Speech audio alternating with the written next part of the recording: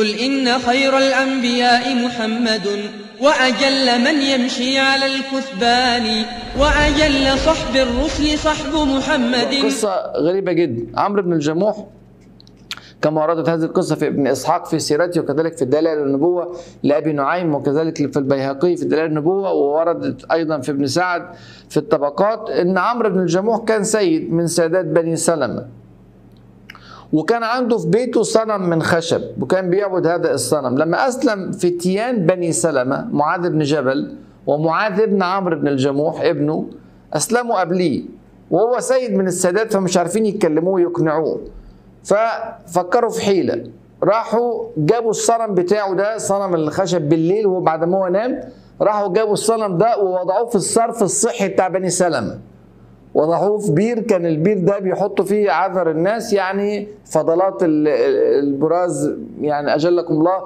يحطوها في هذا البير، فوضعوا الصنم بتاعه جوه البير.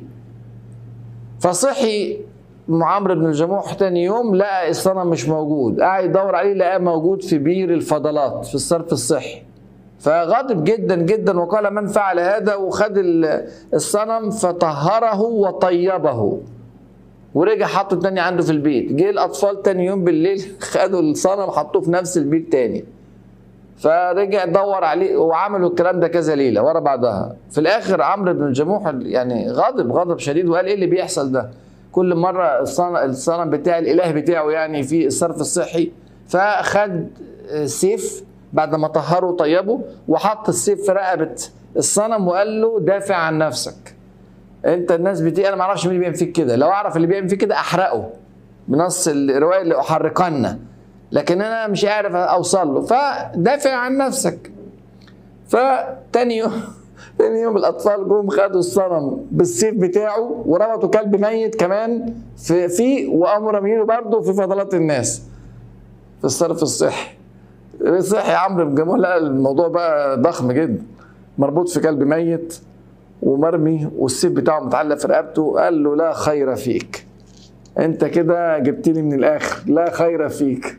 وراح كلم الناس اللي بيتكلموا عن الاسلام في قبيلته اللي كانوا اسلموا قبل كده، وعرف منهم الاسلام وذهب الى النبي صلى الله عليه وسلم واعلن اسلامه، وصار عمرو بن الجموح من كبار السادات الصحابه رضي الله عنهم وارضاهم. اعوذ بالله من الشيطان الرجيم.